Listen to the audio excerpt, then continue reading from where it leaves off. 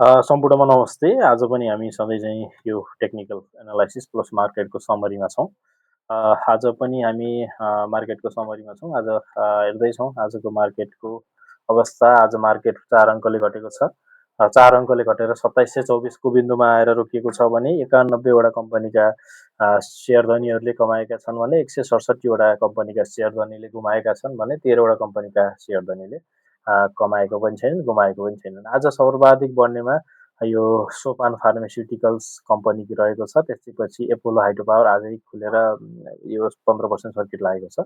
यो आज हिजो खुलेर यो ऊहरू छन् के अरे यो ग्रिन डेभलपमेन्ट ब्याङ्क पनि रहेको छ आज एक सर्वाधिक बढ्नेमा।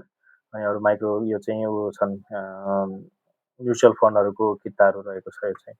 त्यसै गरी सबभन्दा धेरै घट्नेमा यो कालिम्चोक हाइड्रो पावर जुन हिजोसम्म सर्किट लागिरहेको थियो 1300सम्म बेच्ने खालको मौका पनि पाइरहेको थियो भने अहिले चाहिँ यो घटिरहेको छ। हिजो पनि मैले आफ्नो एनालाइसिसमा भनिसकेको थिएँ र भोल्युम धेरै आउँछ, भोल्युम धेरै आइसकेपछि तपाईँहरूले विचार गर्नुपर्ने हुन्छ भन्ने कुराहरू जानकारी गराइसकेको थिएँ।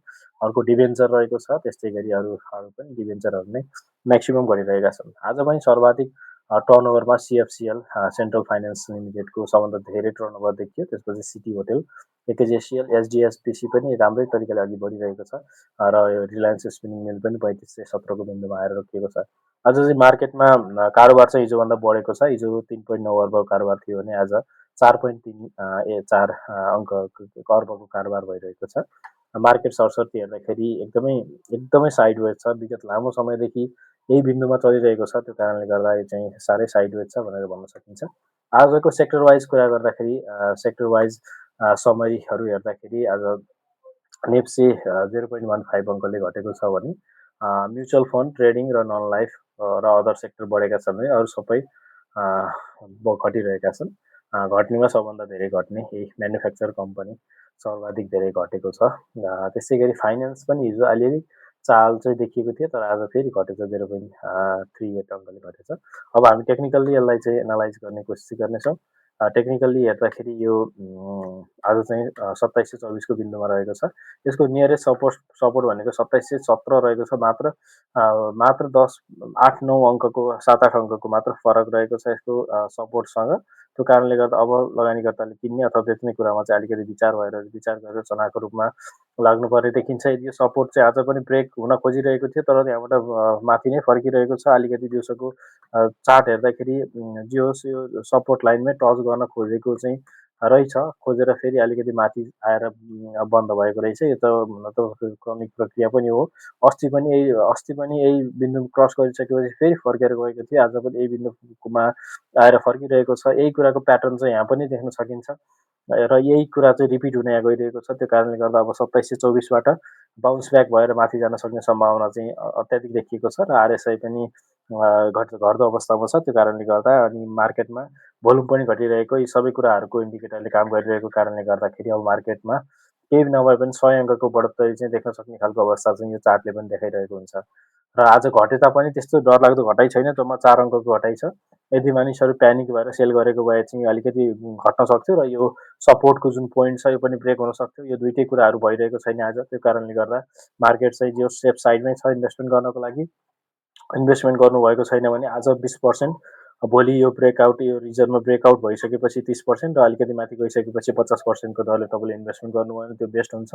यो भन्नुको अर्थ 1 लाख रुपियाँ लिनु भइरहेको छ भने 20,000 आज लगानी गर्ने, 30,000 भोलि लगानी गर्ने जब यहाँबाट ब्रेकआउट दिन्छ र बाँकी रहेको 50,000 चाहिँ जियोस् 2744 को बिन्दुतिर गएर तपाईँले लिनुभयो भने चाहिँ बुद्धिमानी हुन्छ। केही भए पनि 100 अङ्कको तपाईँले चाहिँ बढोत्तरी खान सक्नुहुन्छ। त्यो अन्तर्गतमा चाहिँ तपाईँले नाफा त्यही अनुसार नै प्राप्त गर्न सक्ने खालको अवस्था चाहिँ चार्टहरूबाट देख्न सकिन्छ।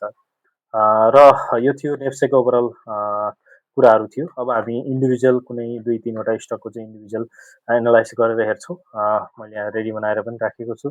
महालक्ष्मी विकास ब्याङ्क अब सधैँ चाहिँ यो विकास ब्याङ्क चाहिँ खासै कहिले पनि नहेरिने एनालाइज गर्दाखेरि, किन भन्दा यो त्यति धेरै बढ्ने र घट्ने खालको अवस्था हुँदैन, त्यति धेरै स्विङ पनि देखिँदैन। यो चार्टमा हेर्नुभयो भने यही रेन्जमै आइरहेको छ। यो 256 देखि 377 कै बिन्दुमा आइरहेको छ। त्यो कारणले गर्दा त्यति धेरै मान्छेहरूको चासोमा चाहिँ पर्दैन। तर यो अहिलेको ट्रेन्ड हेर्दाखेरि यो पनि नियरेस्ट सपोर्टको बिन्दुमा आइसकेको छ। त्यो कारणले गर्दा यो लामो समयदेखिको यो 2025को सेप्टेम्बरबाट अहिलेसम्मको चाहिँ जो स्लोमै आउन खोजिरहेको छ, त्यो कारणले गर्दा यो पनि बाई हुनसक्छ जस्तो चाहिँ यो चार्टले हेर्दाखेरि चाहिँ देखिन्छ।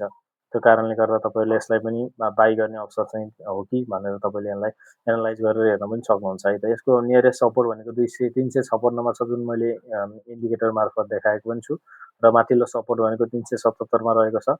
त्यस्तै गरी तपाईँले अहिले किनेर केही समय केही 4-5 40-50 पोइन्ट बराबरको चाहिँ इन्डिकेटर तपाईँले प्राप्त गर्न सक्नुहुन्छ है त।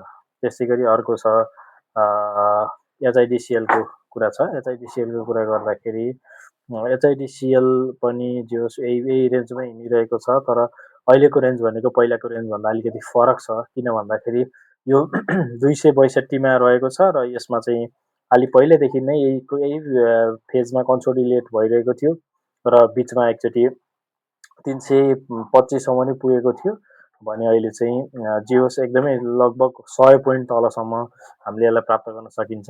तर यसमा पनि राइट बाई हुनसक्छ जस्तो चाहिँ मलाई लागिरहेको छ। यसको पनि नियरेस्ट सपोर्टकै रेन्जमा हामी लगभग छौँ। त्यो कारणले गर्दा तपाईँहरूले यसलाई पनि वाच लिस्टमा राखेर कारोबार गर्नुभयो भने राम्रो हुनसक्छ। यसको चाहिँ 260तिर छ लगभग यसको सपोर्ट, र यसको रेसिस्टेन्स 277 रहेको छ। तपाईँले 260तिर अहिले नै किनेर यसलाई कारोबार गर्नुभयो भने 260-65तिर पनि तपाईँले बेच्न 60-65 260तिर किन्नु भने 277 भनेपछि 75तिर बेच्नुभयो भने हाई भोल्युममा बेच्नुभयो भने केही न केही 2-4 हजार रुपियाँमा चाहिँ यो बाटो पनि निकाल्न सक्ने खालको अवस्था चाहिँ रहन सक्छ। यदि तपाईँ एकदमै विद्यार्थी हुनुहुन्छ, 40-50 हजार मात्र रकम छ र त्यही अनुसारले तपाईँले कारोबार गर्न मन लागिरहेको छ भने यसलाई पनि बेस्ट बाई हुनसक्छ है त। यसको एनालाइज गरेर हेर्दाखेरि यसको इन्डिकेटरहरूले त लगाइन सपोर्ट एन्ड रेसिस्टेन्सको जुन बिन्दु छ त्योबाट हेर्दाखेरि चाहिँ यसको चाहिँ यही अनुसार चाहिँ देख्ने खालको अवस्था चाहिँ तपाईँले चार्टबाट पनि एनालाइज गरेर हेरिसक्नुभयो। तर यसमा चाहिँ इन्भर्टेड ह्यामर टाइपको आज क्यान्डल बनेको छ, तर आत्तिनुपर्ने अवस्था छैन। यो चाहिँ अब लगभग सपोर्टतिर आउन सक्ने अवस्था र आज भोल्युम पनि कम भएको अवस्थाले यस्तो भएको हुनसक्छ। त्यो चाहिँ अब बेस्ट बाई पनि हुनसक्छ। त्यो कारणले गर्दा चाहिँ अलिकति ख्याल गरेर यसलाई चाहिँ किन्दाखेरि पनि राम्रो अपर्च्युनिटीको रूपमा चाहिँ मैले यसलाई देखिरहेको छु। अब जाउँ सिटी होटेलको हेरौँ है त। अब सिटी होटेलको के छ? सिटी होटेलको हेर्दाखेरि सिटी होटेल पनि हिजो लगभग 436तिर 440तिर थियो हिजो, र आज चाहिँ 460-65तिर पुगेर 457सम्म पुगेर यो चाहिँ फर्किएको छ। 430मा फर्किएको छ। यो फर्किँदाखेरि पनि तपाईँले त्यति धेरै डराइहाल्नुपर्ने अवस्था चाहिँ यसमा चाहिँ सिर्जना नभएको जस्तो चाहिँ मलाई लागिरहेको छ। यसको अब अरू फाइनेन्सियल इन्डिकेटरबाट हेरौँ, म्याकडीले के भन्छ? म्याकडी जोस् पोजिटिभ नै छ अहिलेसम्मको लागि। त्यो कारणले गर्दा यसको बाई पनि बेस्ट हुनसक्छ र आज पनि भोल्युम चाहिँ अलि राम्रै भोल्युममा कारोबार भएको र नेगेटिभ भएको हुनाले अलिकति डराउनु पर्ने अवस्था चाहिँ यसमा सिर्जना भएको जस्तो चाहिँ देखिन्छ। भोल्युम हाई छ र मार्केट चाहिँ नेगेटिभली मार्केटमा चाहिँ प्राइस चाहिँ घटिरहेको छ भन्दाखेरि यसमा चाहिँ सेलरहरूले सेल गरिसकेको खालको अवस्था पनि यसमा चाहिँ देख्न सकिएको हो कि जस्तो चाहिँ महसुस भइरहेको छ। त्यो कारणले गर्दा यसलाई हेर्नु होला। र अर्को आरएसआई यसको ओभरबाउट छ कि ओभरसोल्ड छ हेरौँ। आरएसआई इन्डिकेटरबाट हेर्दाखेरि यसको जियो 57तिर छ र आज चाहिँ घट्ने फेजमा छ। 57तिर छ भनिसकेपछि यसको लगभग राम्रै छ। यसको आरएसआईले पनि साथ दिइरहेको छ र म्याकडीले पनि साथ दिइरहेको छ। तर यो भोल्युम प्लस नेगेटिभ मार्केट हुँदाखेरि चाहिँ यसले चाहिँ अलिकति यहाँनिर चाहिँ असर गरिरहेको खालको चाहिँ देखिन्छ। अब भोलिको लागि कुर्नै पर्ने हुन्छ। यदि तपाईँले अलिकति त्यो 300तिर किन्नुभएको अथवा 280तिर किन्नुभएको भए चाहिँ it might be the best time for selling. अहिले बेचेर अलिकति 10-20 पोइन्ट तल झरिसकेपछि किन्न सक्ने खालको अवस्था पनि हुनसक्थ्यो र आज दिउँसोतिर 450तिर पुग्दाखेरि तपाईँले बेचेको भए अझ बेस्ट हुन सक्ने खालको अवस्था चाहिँ यसमा देखिन्छ। र अर्को कालिन्चोक हाइड्रोको हेरौँ है त। कालिन्चोकको पनि एकदमै कालिन्चोक दर्शन होइन, कालिन्चोक हाइड्रो केएलआइएन, कालिन्चोक हाइड्रो पावरको हेरौँ। आज हिजो पनि घटिरहेको अवस्था सिर्जना थियो। हिजो यहाँनिर घटिरहेको भए तापनि मार्केटमा चाहिँ 4-5 अङ्कले बढेको थियो। यो चाहिँ प्रि ओपनिङ नै माथि भएर तल क्लोज भएको कारणले गर्दा यो चाहिँ घटेको जस्तो रेड क्यान्डल फर्मेसन भएको हो, तर यो रेड क्यान्डल होइन।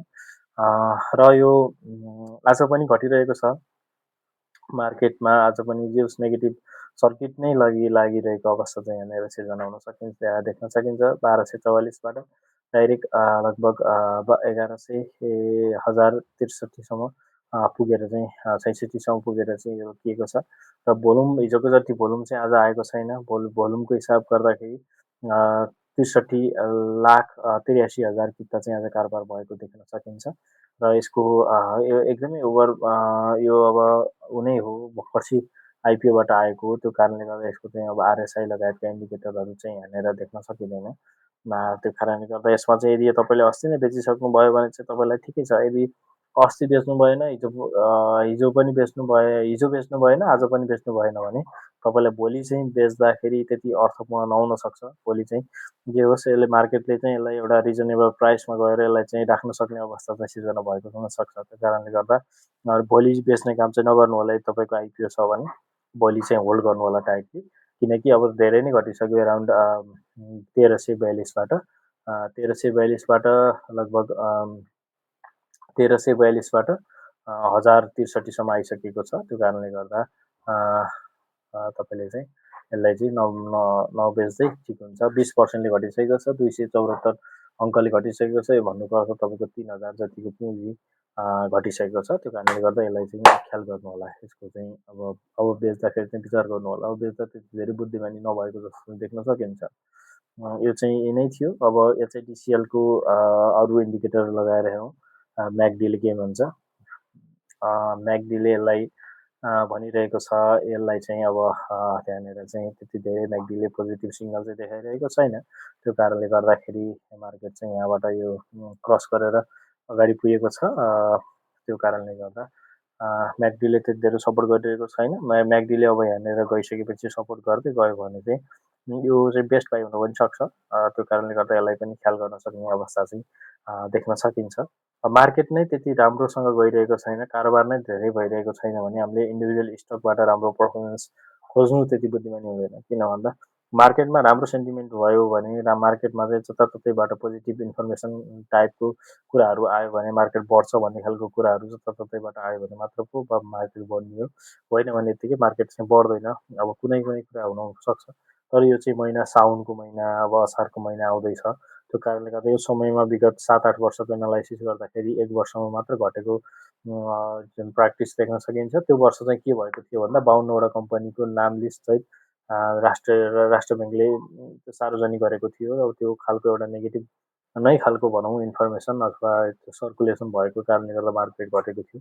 जो 52वटा कम्पनी त्यसरी नेप्सेमै थियो होला 200वटा मात्र कम्पनी। त्यो मध्ये पनि 52वटा कम्पनीलाई त्यो चाहिँ ट्रेड गर्न त्यति धेरै राम्रो छैन भनेर राष्ट्र ब्याङ्कले निकालिदिइसकेपछि चाहिँ त्यसले राम्रो पर्फर्मेन्स दिने कुरा चाहिँ मार्केटमा हुने कुरा भएन। त्यो कारणले गर्दा त्यो अन्तर्गत नै मार्केट घटेको थियो त्यस वर्ष। होइन भने चाहिँ अघि पछि चाहिँ यो मार्केट चाहिँ बढिराख्ने असार साउनमा चाहिँ यो जुन बोनस डिक्लेरेसन लगायतको हरेक कुराहरू त्यो बेलामा हुन्छ र फाइनल अडिट हरेक कुरा अब बढिरहेको हुन्छन्। हाइड्रो पावरमा पनि त्यही अनुसारको यो इनर्जी जेनेरेसन्स जुन पानीहरूको बहावको कारणले गर्दा हुने गर्छ।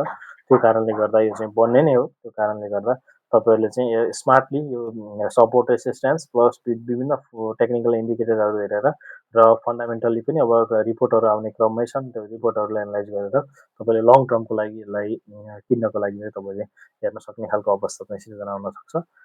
आजको लागि यति नै थियो यो मार्केटको summary plus technical plus fundamental plus केही अनुभवका कुराहरूको कुरोमा।